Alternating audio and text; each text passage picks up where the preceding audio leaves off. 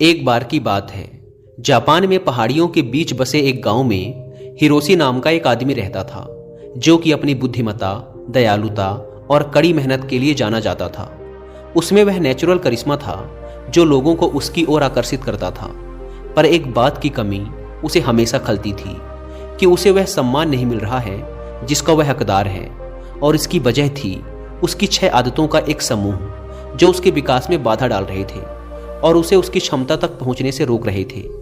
एक दिन वह एक पहाड़ की चोटी पर गया, जहां पर एक जैन मास्टर एक साधारण से मंदिर में रहा करते थे। वह जैन मास्टर उस पूरे क्षेत्र में अपनी बुद्धि और आत्मज्ञान के लिए प्रसिद्ध थे। जैन मास्टर ने जैसे ही हिरोशी को अपनी तरफ आते देखा, उन्होंने एक लंबी मुस्कान के साथ उसका स्वागत किया और उसे बड़े ही प्रेम से बैठने के लिए कहा। इसके बाद हिरोशी अपना दिल खोलकर अपने संघर्ष और मुश्किलों की कहानी जैन मास्टर को सुनाने लगा। इन्हीं संघर्षों को वह अपने जीवन की सबसे बड़ी समस्या मानता था। उसकी सारी समस्याओं का मुद्दा केवल एक था कि उसे सम्मानित महसूस नहीं होता था।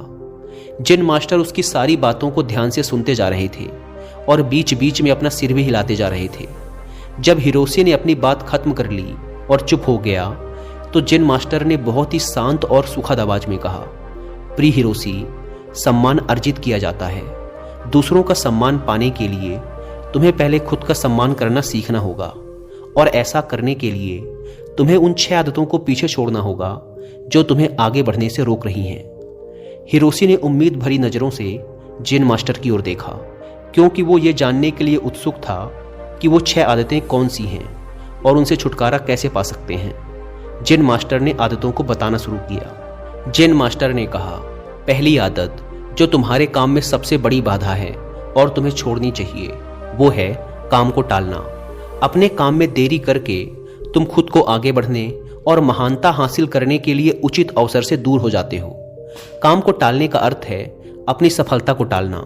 याद रखो, अगर तुम उस काम को टाल रहे हो तो कोई और उस काम को करके उस सफलता को छीन ले जाएगा और तुम्हारा सपना सिर्फ सपना बनकर ही रह जाएगा। इसीलिए अनुशासन अपनाओ और अपनी जिम्मेदारियों को पूरे मन से निभाओ। दूसरी आदत है लोगों को जज करने की आदत। हम किसी को बिना जाने, बिना अच्छे से परखे उसके बारे में एक विशेष राय बना लेते हैं, और अक्सर ये राय नकारात्मक ही होती है। राय बनाने का मतलब है कि फिर हम उस चीज या उस इंसान को वैसा नहीं देख पाएंगे जैसा वो असल में है, क्योंकि हमारी राय इसमें हमारी बाधा बन जाती है और हम उस इंसान, वस्तु या परिस्थिति के मूल स्वभाव को समझने में विफल रह जाते हैं। जैन मास्टर का कहना था कि किसी को भी बिना अच्छे से जाने या किसी भी परिस्थिति को बिना समझे हमें उसके बारे में अपनी नकारात्मक या सकारात्मक राय नहीं बनानी चाहिए। तीसरी आदत जैन मास्टर ने बताई कि हर चीज के लिए दुखी होना बंद करो। हर परिस्थिति और हर चीज हमारे नियंत्रण में नहीं हो सकती, और ना ही हर चीज हमारी इच्छा अनुसार होगी। हमेशा कुछ न कुछ ऐसा होता ही रहेगा जो हमारी मर्जी के खिलाफ होगा। इसीलिए जो चीजें तुम्हारे नियंत्रण में नहीं हैं और जिनके लिए तुम कुछ भी नहीं कर सकते, उनके लिए दुखी होना बंद करो। चौथी आदत है जलन और ईर्ष्या को दूर करो, और तुम्हारे अंदर जो भी शिकायतें, जो भी असंतोष है, उसे भी हटाओ। बेवजह की ईर्ष्या और गुस्सा अपने मन में रखकर हम खुद को ही नुकसान पहुंचाते हैं। इसके कारण हमारे भीतर डर और शंका पैदा होती है, जिससे बुद्धि दूषित हो जाती है और भ्रम पैदा होने लगता है, और भ्रम की वजह से किसी भी काम में सफलता नहीं मिल पाती। इसीलिए जितना जल्दी हो सके खुद को इन नकारात्मक आदतों से दूर करो। 5वीं आदत जिसे तुम्हें छोड़ देना चाहिए, वो है दूसरों को दोष देने की आदत। किसी भी गलती का दोष दूसरों पर डाल देना ये बहुत ही गलत बात है। इससे समाज में हमारी बहुत ही खराब छवि बनती है और हमारा ध्यान गलतियों से सीखकर आगे बढ़ने की बजाय गलतियों को छिपाने और दूसरों को गलत साबित करने में लग जाता है।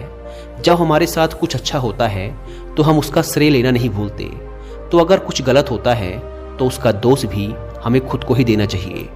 दूसरों को दोष देना असफल लोगों की निशानी है। असफल लोगों में ये आदत होती है कि वे अपनी असफलता के लिए दूसरों को दोष देते हैं। कभी कभार ऐसा हो जाता है कि किसी और की गलती की वजह से हमारा काम बिगड़ जाता है, लेकिन जब कोई व्यक्ति अपनी असफलता के लिए बार बार किसी और को दोषी बना रहा है, तो समझ लेना कि इसमें किसी और की नहीं बल्कि खुद उस व्यक्ति की ही गलती है। अपनी गलती को मान लेने से हम छोटे या कमतर नहीं बन जाते, इसीलिए अपनी असफलता पर किसी और को दोषी बनाने से अच्छा है अपनी गलती को मानो और उससे सीखकर आगे बढ़ो। छठी और आखिरी गलती है दूसरों से अपनी तारीफ सुनने की आदत। हम दूसरों को दिखाने के लिए अक्सर कुछ न कुछ नया करते रहते हैं। हर चीज़ के लिए हम चाहते हैं कि लोग हमारी तारीफ करें, हमारे बारे में अच्छा बोलें और हम जो भी काम करें लोग उसकी प्रशंसा करें। अगर किसी बात के लिए हमारी आलोचना होती है तो हम बहुत दुखी हो जाते हैं और इस तरीके से हम लोगों के हाथों की कठपुतली बनकर रह जाते हैं। इसीलिए हमें दूसरों के तारीफ की कोई ज़रूरत नहीं है। और वैसे भी लोगों की तारीफें खोखली होती हैं, जो एक पल में हमें आसमान पर पहुंचा देती हैं तो दूसरे ही पल नीचे ज़मीन पर पटक देती हैं। इसीलिए हमें लोगों की तारीफ और बुराई से फर्क नहीं पड़ना चाहिए और जो हमें पसंद है और जो हमें सही लगता है वही करना चाहिए, बशर्ते वो नैतिकता पर खरा उतरता हो। हिरोशी ने जेन मास्टर से कहा, आपने 6 बुरी आदतों के बारे में तो बता दिया, लेकिन पुरानी आदतों को छोड़ना और नई आदतों को अपनाना बहुत मुश्किल होता है। तो मेरा प्रश्न है कि आखिर हमारा मन नई आदतों को अपनाने का विरोध क्यों करता है और नई आदतों को आसानी से कैसे अपनाया जा सकता है? जेन मास्टर ने कहा, ज़्यादातर लोग आदतों को बदलने में असफल रहते हैं क्योंकि उनकी उस नई आदत के साथ अवास्तविक उम्मीदें जुड़ी होती हैं। जैसे अगर कोई व्यक्ति सुबह जल्दी उठकर व्यायाम करने की नई आदत डालना चाहता है तो वह उम्मीद लगा लेता है कि उसकी इस नई आदत से उसका वजन तेजी से कम होना शुरू हो जाएगा या फिर उसका शरीर तेजी से शक्तिशाली बन जाएगा, जबकि असल में ऐसा नहीं होता। इन दोनों ही परिणामों को हासिल करने में समय लगता है, लेकिन हमारा मन पहले से ही यह निश्चित कर लेता है कि परिणाम कैसा होना चाहिए। और जब हमारी उम्मीदों के अनुसार परिणाम नहीं मिलते तो हम निराश और उदास हो जाते हैं और अपनी पुरानी आदतों में वापस लौट जाते हैं। लेकिन जो व्यक्ति वास्तविक और सही उम्मीदों के साथ नई आदत की शुरुआत करता है वो उदास और निराश होने से बच जाता है और आदत बदलने के दौरान अपने आंतरिक विरोध पर काबू पा लेता है। अब अगला प्रश्न है कि आदतों को आसानी से कैसे अपनाया जाए। तो ऐसा करने के 5 आसान नियम हैं। पहला, अपने विचारों को लिखो। उन सभी चीज़ों की पहचान करो जिन्हें तुम बदलना चाहते हो, चाहे वो छोटी हो या बड़ी, उन सबको लिखो। दूसरा नियम, छोटे कदम उठाओ। सबसे छोटी आदत से बदलाव करना शुरू करो। इस बदलाव को इतना आसान बनाओ जिसे तुम मना न कर सको। उदाहरण के लिए, हर सुबह की शुरुआत 2 मिनट के धन्यवाद के साथ करो या फिर हर सुबह सिर्फ 5 मिनट ध्यान का अभ्यास करने का निर्णय लो। तीसरा नियम, अपने आलस्य और टाल मटोल की आदत को कम करो और इसके लिए सचेतन रूप से अपने काम के परिणाम को किसी मजे से जोड़ो। उदाहरण के लिए, अपने आप से कहो कि जब मैं सुबह का ध्यान और व्यायाम पूरा कर लूँगा तब 1 कप चाय पीऊँगा। यानी जब तुम अपने ध्यान और व्यायाम के नियम को पूरा कर लोगे तभी चाय पियोगे, उससे पहले नहीं। चौथा नियम है, अपने काम को आदत बनने दो। यानी दूसरी नई आदत तब तक मत शुरू करो जब तक तुम्हारा ये वाला काम तुम्हारी आदत न बन जाए, तुम्हारी दिनचर्या का हिस्सा न बन जाए। 5वीं आदत है आभार या धन्यवाद का भाव।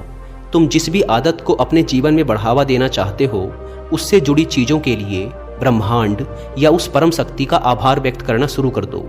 उदाहरण के लिए, अगर तुम खुश रहने की आदत विकसित करना चाहते हो तो उन तमाम अच्छी चीज़ों के लिए आभार व्यक्त करना शुरू कर दो जिनकी वजह से तुम्हारे जीवन में खुशियां हैं, और फिर तुम देखोगे कि वो सभी अच्छी चीज़ें कई गुना बढ़कर तुम्हारे पास वापस आनी शुरू हो जाएंगी।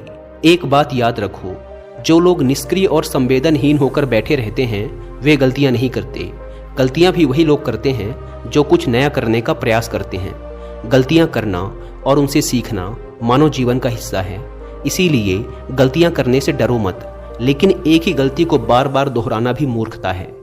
जेन मास्टर ने आगे कहा, अब मैं तुम्हें 10 ऐसी आसान आदतों के बारे में बताऊंगा जो एक आसान और अधिक व्यवस्थित जीवन जीने के लिए जरूरी हैं।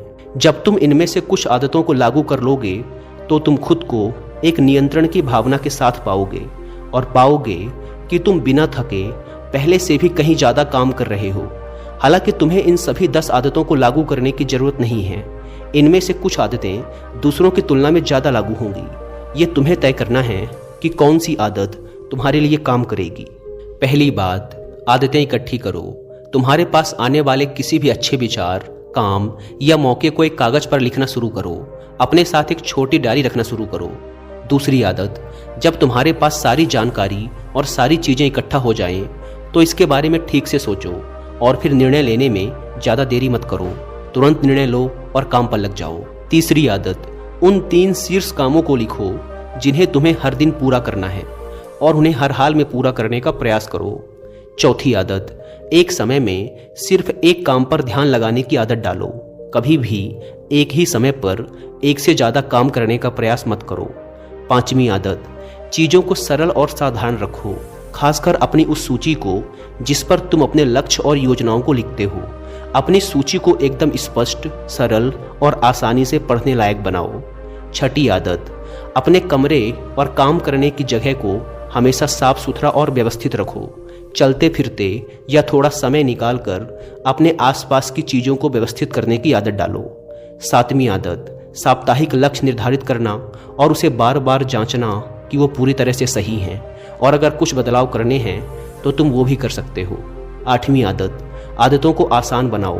केवल जरूरी चीज़ों पर ध्यान केंद्रित करो और बाकी चीज़ों को छोड़ दो।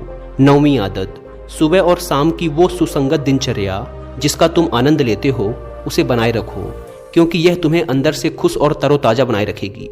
10वीं आदत, तुम्हें जिस चीज़ में पैशन है उस तरह की आदतें खोजो। अपना जीवन उन चीज़ों के लिए समर्पित करो जिनके लिए तुम एक पैशन रखते हो। फालतू की चीज़ों और कामों के लिए अपनी ऊर्जा और समय बर्बाद मत करो।